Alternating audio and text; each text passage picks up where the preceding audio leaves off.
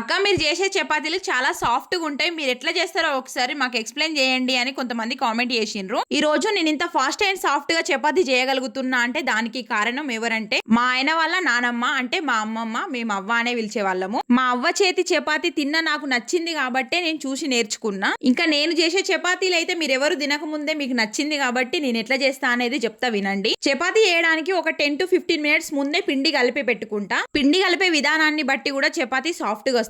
నేనైతే only salt వేసి మాత్రమే పిండిని చాలా సాఫ్ట్ గా కలిపి పెట్టుకుంటా. ఒక ముద్ద పిండి తీసుకొని దానిపైన పొడి పిండి వేసి చపాతీ కర్రతో ఒక చిన్న చపాతీ చేయాలి. ఆ చపాతీకి కొంచెం ఆయిల్ పెట్టి చపాతీని ట్రయాంగిల్ షేప్ లో మలుచుకోవాలి. మళ్ళీ కొంచెం పొడి పిండి వేసి చపాతీని ట్రయాంగిల్ షేప్ వచ్చేటట్టే చేయాలి. చాలా మంది చపాతీ చేసేటప్పుడు చేసే మిస్టేక్ ఏంటంటే చపాతీని ఎప్పుడైనా మిడిల్ లో ఎక్కువ ప్రెస్ చేయడం వల్ల అంచులు లావ్ అయిపోతాయి. అలా ఎప్పుడు కూడా చేయకూడదు. చపాతీని ఎప్పుడైనా అంచులకే దాలుస్తూ ఉంటే మిడిల్ లో మంచిగా వస్తుంది చపాతీ. కొంచెం ఆయిల్ వేస్తూ కాల్చుకుంటే సరిపోతుంది.